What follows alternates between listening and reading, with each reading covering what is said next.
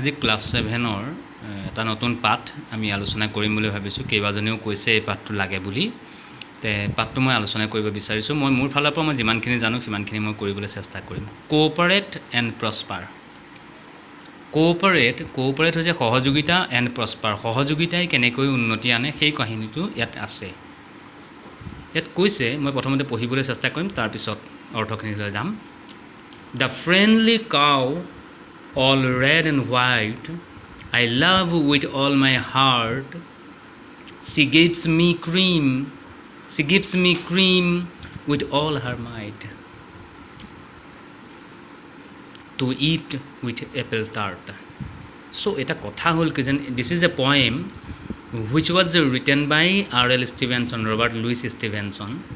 তো ইয়াত আছে কি গৰুৱে কেনেকৈনো the friendly cow, all red and white, ৰঙা আৰু বগা সেই গৰু গাইজনী, I love with all my heart, মই ভাল পাওঁ হৃদয়ৰ পৰা। শ্বি গিভছ মি ক্ৰীম, তেওঁ মোক ক্ৰীম দিয়ে গাখীৰৰ পৰা, নহয়নে বাৰু?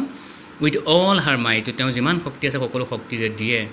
Two eat with apple tart, যিটো খাই আমাৰ কেনেকুৱা লাগে, সোৱাদ লাগে, নহয়নে বাৰু কথাটো? সেই কবিতাটো লিখিছিল তোমাৰ R.L. ষ্টিভেনছন নামৰ এগৰাকী বিখ্যাত কবি। আমি পাইছোঁ ৰবাৰ্ট লুইচ ষ্টিভেনছনৰ কবিতা বহুত পঢ়িছোঁ। কাহিনীটোলৈ যাওঁ। These lines of R.L. Stevenson may bring to you your mind the picture of your mother feeding your baby sister a bottle of fruity milk. When you had asked about the baby's plum cheek, your mom had said, "It is because of the creamy milk from Gujarat." You may be curious to know about the milk from Gujarat. Let us read the story of the milk from Gujarat and the author of it. So, প্ৰথম পেৰেগ্ৰাফটোত ইয়াৰ কাহিনীখিনি ধুনীয়াকৈ দিছে যে কেনেকৈনো এই কাহিনীটোৰ সৃষ্টি হ'ল সেই কথাটো। The lines of R.L. Stevenson, R.L. ষ্টিভেনছনে লিখা, ৰবাৰ্ট লুইচ ষ্টিভেনছনে লিখা এই কবিতাটো পঢ়িলে মে ব্ৰিং টু ইয়'ৰ মাইণ্ড, তোমাৰ মনলৈ আনিব এটা কথা। The picture of your mother, তোমাৰ মাৰ ছবিখন মনলৈ আহিব। ফিডিং ইয়'ৰ বেবি ছিষ্টাৰ, তোমাৰ ভণ্টি বা ভাইটিক কেনেকৈনো খুৱায়। Feeding A bottle of Frooti milk, Frooti milk মানে শক্তি থকা শক্তিদায়ক গাখীৰ, যেতিয়া মায়ে যেতিয়া বটলেৰে খুৱাব তেতিয়া সেই কথাটো মনত পৰিব কাহিনীটো। সেই দৃশ্যটো তোমাৰ চকুৰ সন্মুখলৈ আহিব বুলি কৈছে। When you had asked about the baby's plum cheek, যেতিয়া when you had asked, যেতিয়া তুমি সুধিবা about the baby's plum cheek, সেই সৰু ল'ৰাটো বা সৰু ছোৱালীজনীৰ প্লাম মিনছ হৈছে কি গুলপীয়া, চিক মানে হৈছে গাল, গুলপীয়া গালখনৰ বিষয়ে তুমি সুধিবা। Your mom had said, তোমাৰ মায়ে চাগে ক'ব, it is because of the creamy milk from Gujarat, এইটো গুজৰাটৰ সেই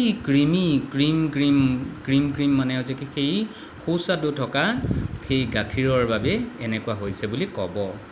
ইউ মে বি কিউৰিয়াছ, তুমি চাগৈ জিজ্ঞাসু হৈছা। কিউৰিয়াছ মিনছ হৈছে জিজ্ঞাসু হোৱা, জানিবলৈ ইচ্ছা কৰা। To know' about the milk from Gujarat, গুজৰাটৰ সেই গাখীৰৰ বিষয়ে তুমি জানিবলৈ চাগৈ ইচ্ছা গৈছে তোমাৰ। Let us read the story of the milk from Gujarat and the author of it. Let us read, ব'লা আমি পঢ়োঁগৈ, দ্য ষ্টৰি কাহিনীটো, অফ দ্য মিল্ক গাখীৰৰ কাহিনীটো, ফ্ৰম গুজৰাটৰ, and the author of it আৰু ইয়াৰ লিখকজনৰ বিষয়ে। চাই যাওঁ ইয়াৰ পিছৰ পেৰেগ্ৰাফটোলৈ চোৱা। The people of Gujarat were mostly farmer, বেছিভাগ মানুহেই কি আছিলে, তেওঁলোকৰ গুজৰাটৰ কৃষক আছিলে, ফাৰ্মাৰ। দে ৰেয়াৰ্ড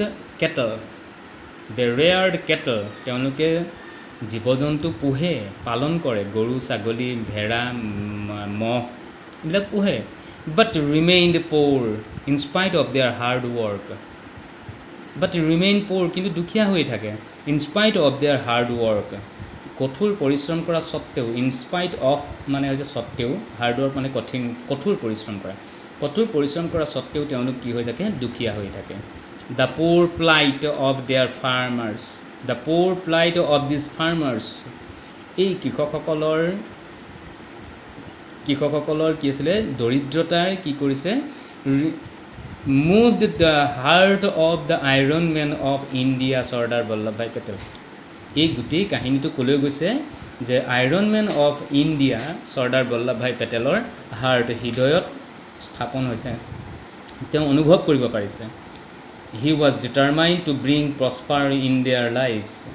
কি আছিলে? হি ৱাজ ডিটাৰমাইণ্ড মানে যে স্থিতপজ্ঞ হোৱা, প্ৰতিজ্ঞাবদ্ধ হোৱা। তেওঁ প্ৰতিজ্ঞাবদ্ধ হৈছিল যে টু ব্ৰিং প্ৰস্পাৰ, উন্নতি আনিবলৈ, প্ৰস্পাৰিটি, উন্নতি আনিবলৈ ইন টু দেয়াৰ লাইফছ, তেওঁলোকৰ জীৱনলৈ। So he decided to organize them into a cooperative force. So he decided to organize মানে সংগঠিত কৰা, them মানে তেওঁলোকক into a cooperative মানে সহযোগিতা, force মানে শক্তি, সহযোগিতাৰ শক্তিত তেওঁলোকক একত্ৰিত কৰিব বিচাৰিছিল। Thus provide them with a steady source of income. Thus মানে তেনেকৈ provide আগবঢ়াব বিচৰা, তেনেকৈ provide কৰিব বিচাৰিছিলে। কি কৰিব বিচাৰিছে? them with এ ষ্টেডি মানে যে কি শেষ নোহোৱা ন, মানে কি হয় যে এটা নিৰ্দিষ্ট ষ্টেডি চ'ৰ্চ অফ ইনকাম, যাতে লাভৰ এটা নিৰ্দিষ্ট উৎস তেওঁলোকে লাভ কৰিব পাৰে। দিছ টাস্ক মানে কাম, দিছ টাস্ক ৱাজ এছাইণ্ড, এই কামৰ দায়িত্ব প্ৰদান কৰা হৈছিলে টু মিষ্টাৰ ত্ৰিভুৱন দাস পেটেল। ত্ৰিভুৱন দাস পেটেল নামৰ এগৰাকী ব্যক্তিক এই কামটোৰ দায়িত্ব দিয়া হৈছিলে। He united the disorganized farmers and started a cooperative dairy unit. তে কি কৰিলে? হি ইউনাইটেড মানে একত্ৰিত কৰা, সংগঠিত কৰা। দ্য ডিজঅৰ্গেনাইজড ফাৰ্মাৰ্ছ, এই যে ডিজঅৰ্গেনাইজ হৈ থকা, অসংগঠিত হৈ থকা ফাৰ্মাৰসকলক তেওঁ কি কৰিছিলে? একত্ৰিত কৰিছিলে। কৰি লৈ পেলাই তেওঁ কি কৰিছিলে? এটা কোঅপাৰেটিভ ডায়েৰী ইউনিট, গাখীৰৰ দুগ্ধ পাম এটা তেওঁ খুলিছিলে।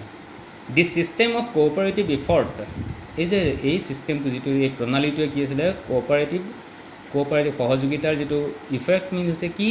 শক্তি। এই শক্তিটোৱে কি কৰিছে? ইলিমিনেট মানে হৈছে কি? নাইকিয়া কৰি দিয়া।